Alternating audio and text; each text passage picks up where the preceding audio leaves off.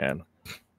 Pinakilala kasi ni Amy sa loyalist ng Duterte Shane. Kaya nga eh. Siya talagang may kasalanan ho eh. Kaya nga 12-0 nyo ha. Binigyan tayo ng sakit ng ulo. Binigyan ng sakit ng ulo si PBBM. Tapos ito 12-0 nyo. Siguro sa akin eh, I can be okay ng 11-0, 11-1, 'di ba? But take out Amy Marcos kung talagang gusto ninyo, nang maglagay tayo ng ulitin lang natin kung anong meron tayong senador ngayon. Meron tayong si Pinuno na hindi mo malaman kung anong naging silbi sa Senado. Sa tanda na sa Senado, isang batas lang ang naipagmamalaking ginawa. Parang matanda pa kay Bongo sa termino ni Bongo, isa pa lang eh. 'Di ba? Ay nako, Diyos ko Lord. Diba? Wag naman 12-0, gamitin natin. Wag na po tayong bumoto base sa ating konsensya. Wag na. Okay? Bumoto na lang po tayo, no? Bumoto na lang po tayo ng ayon po sa ating kinabukasan at kinabukasan ng ating mga anak. Yun na lang po.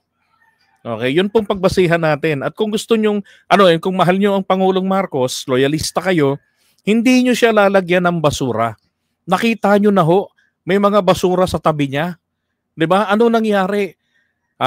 Programa ng Pangulo na nung panahon pa ni Duterte, sinasabi na natin na kailangang mabago yung ating saligang batas, maalis yung economic restriction. 'Di ba? Anong ginawa nila roon sa People's Initiative?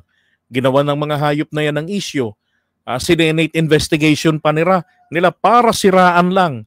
O sinong tinarget nila? Martin Romualdez na tumulong.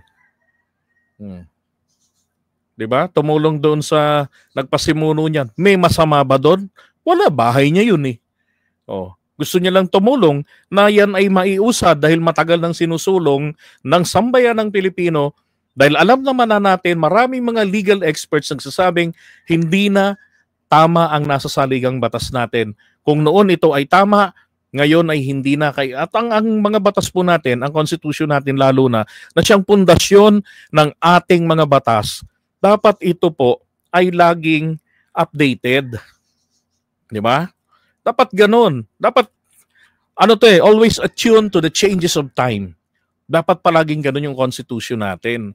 Anong ginawa ng mga senador, lalo na yung mga galing ng Uniteam?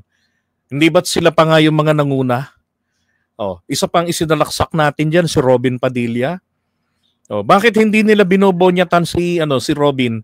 It was Robin Padilla who has a political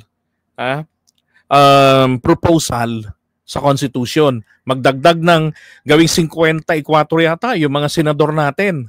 'Di ba? Tapos dagdagan yung bawasan yung taon ng termino nila.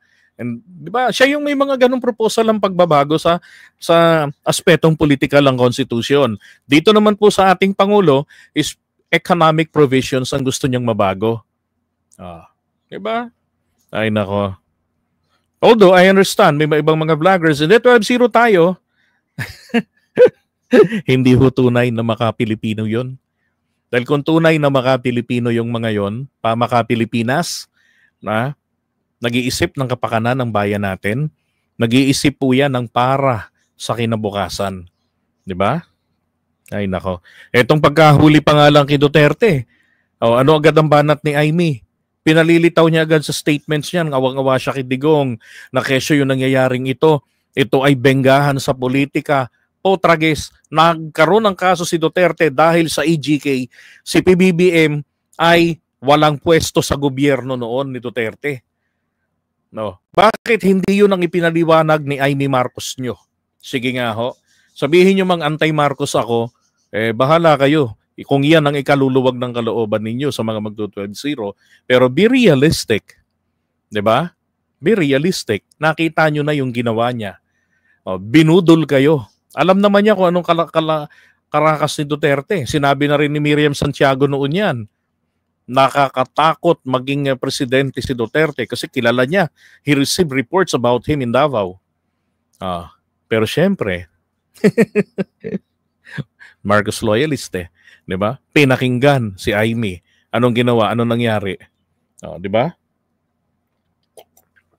Ang tanong nga nun bakit pinakinggan si Amy? Di ba? Kasi tiwala tayong lahat, walang nakakakilala kay Duterte, she vouched for Digong, pero dapat siya rin ang unang tumira dyan, ang unang kumontra. Dahil siya yung may responsibility na nagluklok kay Digong sa pamamagitan natin. Di ba? Noong 2016. Ay nako. Ako, hindi ko binoto yon. Binoto ko ay si Miriam Santiago at saka si PBBM bilang Vice President. Pero ang nagluklok kay Digong sa pwesto ay mga Marcos loyalist. So, itama na ho natin yung ating pagkakamali. Parang awa nyo na. Dalawang dahilan natin. Unang-una kinabukasan. Pangalawa, tatlo nga Pangalawa, kailangan na nating linisin ang ating Senado dahil hindi naman natin nating kayang ito ay buwagin. Pangatlo, kung mahal nyo ang ating Pangulong Marcos at gusto nyong magkaroon ng talagang napakagandang legacy ito, no? Hindi nyo siya lalagyan ng mga basura sa tabi niya sa Senado. Okay? Ganun din sa Kongreso. Sisiguraduhin natin nang ilalagay natin dyan, may talino, may kakayanan maging senador, alam ang trabaho, nakakaintindi ng batas. Hindi man naging abogado, pero nakita natin paano niyang ini-improve yung sarili niya, how to become an effective senator. Tingin ko, at least yun man lang okay na. Diba? Pero kung dadaanin lang tayo sa 5 years tahimik, on the 5th year at mag-e-eleksyon, doon mo maririnig ang boses, anak ng baka.